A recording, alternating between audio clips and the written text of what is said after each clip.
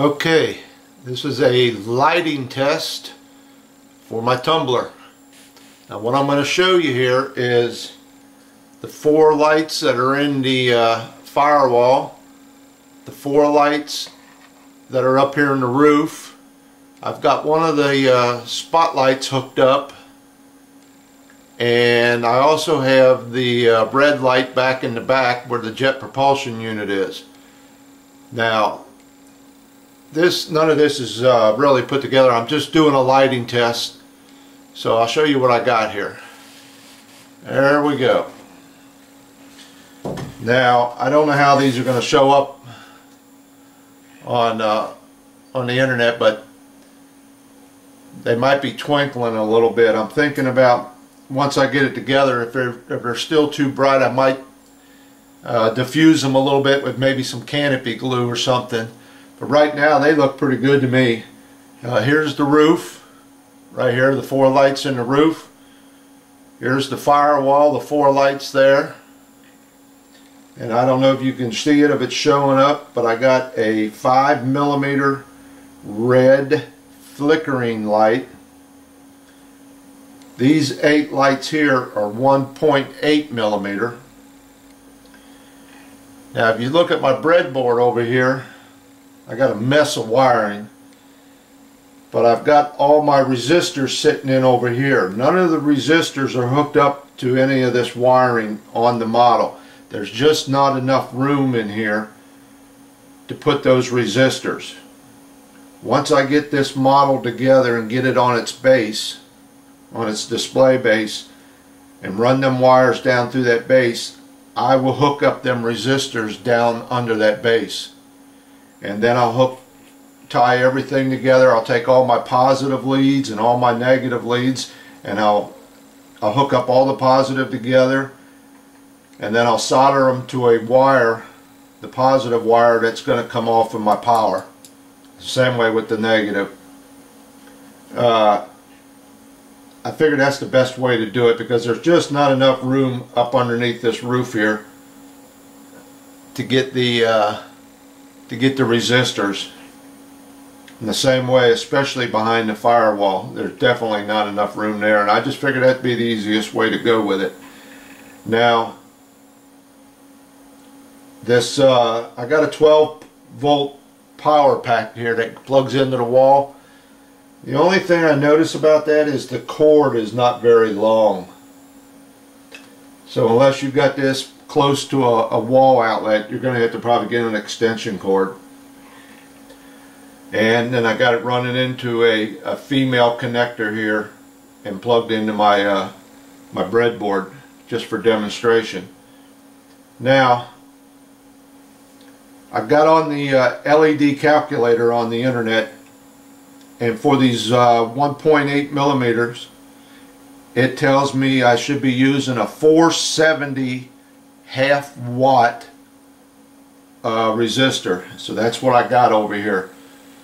So all these white LEDs, and I believe also, yep, also my piece of fiber optic, I'll show you in a second, is all set up with a 470 half-watt resistor. Now the red flickering light, I have a 560 half-watt resistor, and that's what was recommended on that website I go to. Instead of using a 1/4 watt resistor, they suggest a half-watt resistor. Now I just got one of the fiber optics hooked up. I got a 3mm down here, and right now I just got some tape running around it, but I got a 3mm down here with some shrink wrap running off of it. And where's it at? Right here. Here's one of the spotlights. That is these little things back up here. There's one on each side, a little spotlight. And here is what it looks like. If I can get this up here. There it is. Now they had a hole partially in there for the the little plastic parts that you were supposed to stick in there, the clear plastic lenses. So since I'm not using them, I took and I drilled that hole all the way through. And then what I got here is I got a piece of fiber optic, a 1mm piece of fiber optic. See if I can show it to you. Sticking in through that hole I drilled all the way through. And right there's that fiber optic if it's showing up. And I think what I'll do is I'll take this shrink wrap or the shrink tubing here, and I'll have it come all the way up to the back of this little spotlight. I think, and that's about the only thing I can come up with, and then run it into the back of the car somewhere. Now I also had an idea. I mean, this is not set in stone yet, because let me see if I can get this thing without it going out. There, it just went out. This little magnet wire does not work very good in a breadboard. All this wiring, there it is, just came on. I've got a little SMD right there. I believe this is a 0603, and boy, it's hard. This magnetic wire, there it is, magnet wire doesn't. It's hard to get a good contact in your breadboard with this stuff. Now, I'm thinking maybe of using one of these in these spotlights. The only problem is they don't fit inside that hole. Now I could probably go with the one more size smaller. I believe there's a 402 or something like that. I don't know what it is. But I think if I go with this one, I could glue it onto the edge, maybe touch it up with a little bit of black paint. It might be the way I go. I'm not sure. I haven't decided 100% on what I'm going to do with these little spotlights yet. But this magnet wire, trying to hook it into the breadboard, boy, I had a hell of a time. I'd get 3 of the lights to work, mess with the other one, then 2 more would go out. So what I had to do was solder little leads onto each and every end of my wiring so I could stick it into the breadboard and get a good contact. But as you can see, the lights look pretty good. I think this is going to work out pretty nice. I do have to do a little light blocking on the back of the dash there, I can see. Yep, and I have to do it up under the roof too. But I think this is going to come out pretty good. Now there's still the little nozzle end that goes on this red light here. Sort of like that. But doing the test right now, everything looks pretty good. Now this magnet wire, let me tell you about this stuff. I've watched guys on the internet, and they take their soldering iron. Let me get a piece of it here, and I know you're not going to be able to see this, but they'll take this magnet wire and take their soldering iron with a little solder on there, and they'll touch it to the end, and it'll burn off this insulation, and it'll tin the end of that wire. And I know it's really hard, you're not going to probably see this, but trust me, I got a piece of wire in my hand. This is 30 gauge wire. Now I had one hell of a time getting this to work. I got my iron set at 700, and I couldn't get that insulation to burn off. I don't know what I was doing wrong or what. I finally cranked up my soldering iron all the way up to, I think it goes up to almost 900, and then I laid that wire on there, and then it would burn off that insulation. So I thought there's got to be an easier way. I'm doing something wrong because I don't want to be constantly changing my knob back and forth. So I found a little trick on the internet a guy showed on his website, and this works great. I got a little butane lighter here, and you probably can't even see that flame. it puts out a real hot flame, and it's real concentrated. It's not like a cigarette lighter, like a Bic lighter. This is a real hot, concentrated blue flame. And all you got to do, you light that up, you take that magnetic wire and you just pass it through there for a second or two, no more than 2 seconds, and it burns off that insulation. Quick and easy. And then I'll just take a little piece of sandpaper and clean it off. But I have been using flux on everything. I thought, well, maybe that's what I'm doing wrong. So I just went ahead and I got a little thing of soldering paste. And all my connections that I'm going to solder, I'll dip that in that paste first, so I can get a nice clean, you know, tip on whatever I'm doing. So that's where it's at. Now here's another thing. I've seen one guy on the internet that was selling these kits, like I told you before in one of my other videos. He was selling these lighting kits for this thing, and he was using 1.5 millimeter LEDs.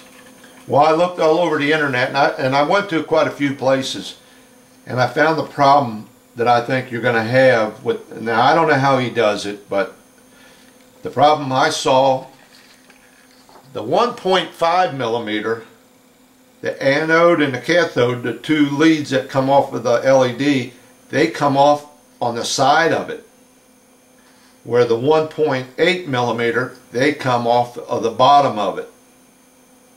Now, being as how you don't have a lot of room in this thing, let me see if I can draw this out for you.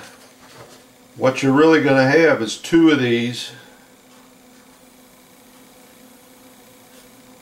side by side for these lights here, and up here on the roof and on the firewall. You got them side by side, and especially in here in the firewall, like I showed you before, you have to groove out an area for these to fit in there. And I'm afraid that if you got those two leads coming out the side, you're not going to get them in there. Now, how this guy does it and how he's selling them, I don't know.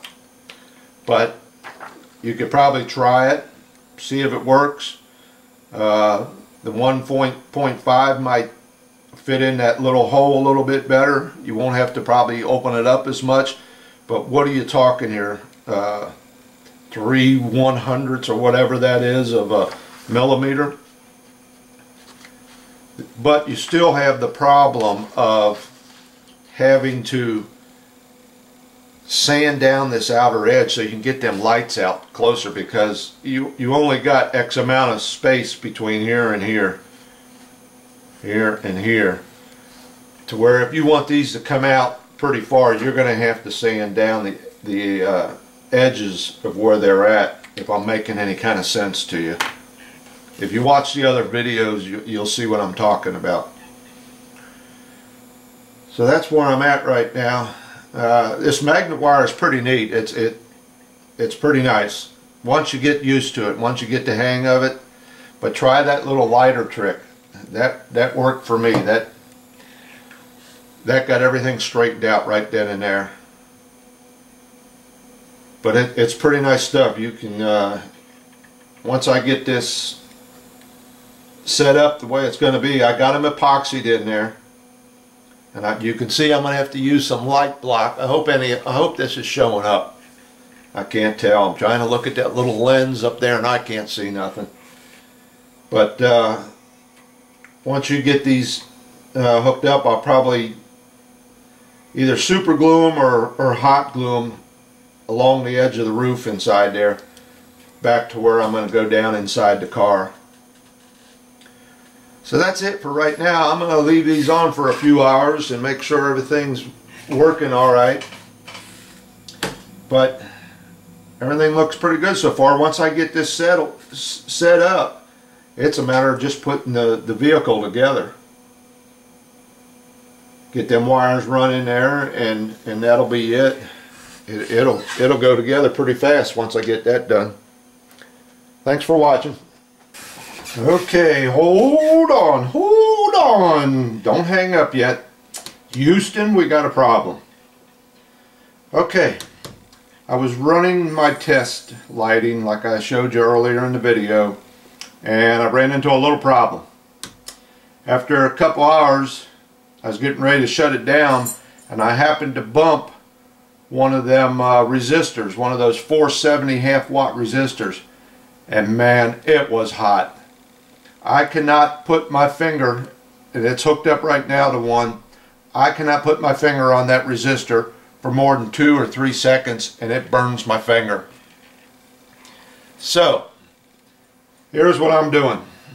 I did some research on the internet, rechecked my calculations, and sent off an email to the place where I bought all this stuff from, and everybody's telling me the 470 half-watt resistor is what I should be using.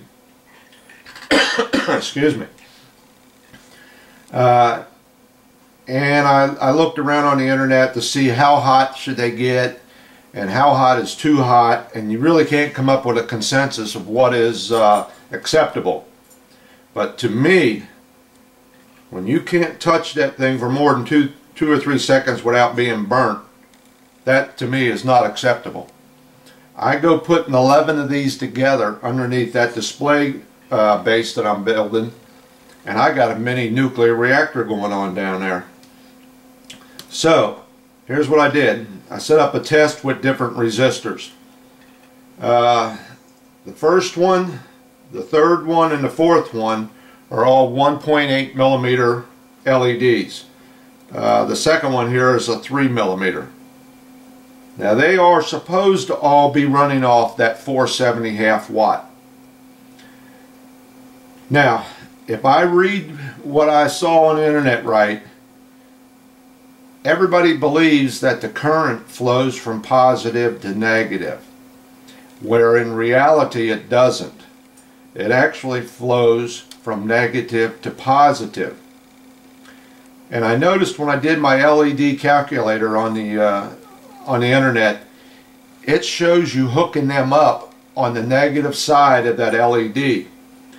So I hooked one up like that, thinking that could be causing a problem, and it's the same. I cannot touch that for more than 2 or 3 seconds without being burnt. So whether it's hooked up on the positive side like this one or the negative side like that one really doesn't make a difference as far as the current going, whatever, but they still get hot. That hasn't solved that problem. So here's what I got. Like I said, this is a 1.8 millimeter, and I've got it hooked up with a 560 quarter-watt resistor. The third one here is a 1.8 millimeter hooked up to the 470 half-watt. The fourth one here, I've got it hooked up to a 680 quarter-watt. Did I say quarter-watt? That's a half-watt. This is a quarter-watt.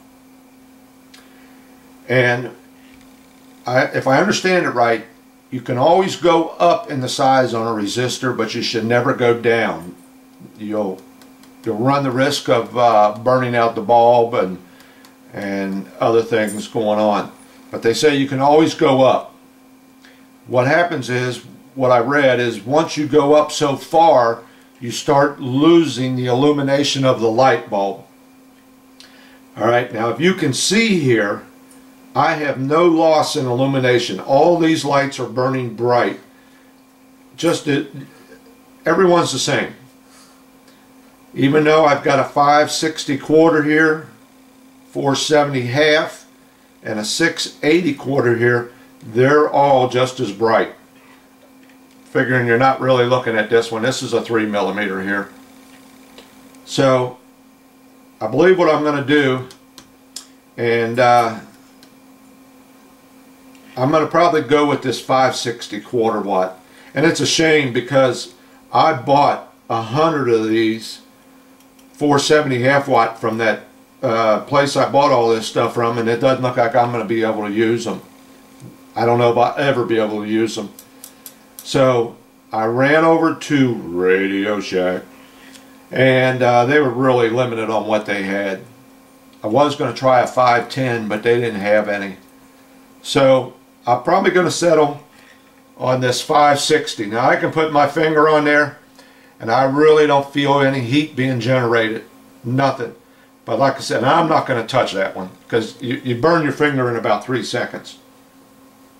So I believe I'll be going with the 560 quarter watt resistor. I think that's going to work for me. Talked to a few guys and they said there should be no problem. And like I said, I'm new to this and I'm trying to figure out, I finally got figured out what voltage is, what current is, and now they're throwing in these watts. And I didn't know, and I don't know, what the difference between a 1/2 watt and a quarter watt resistor is going to do. Only thing I can see is there's a difference in the size. The 1/2 watt is almost twice as big as the quarter watt. Now there's all kinds of suggestions on the internet of wiring 2 of these together in line and all this and that. I just think I'm going to go with the 560 quarter watt on each and every single resistor or LED. I think that'll solve my problem, and that's about it. I know I'm pushing about 20 minutes on this video. I hope I didn't rant and rave too long, but I thought I better show that to you and let you know that there's a change in it and what I've run into. Okay, that should be it.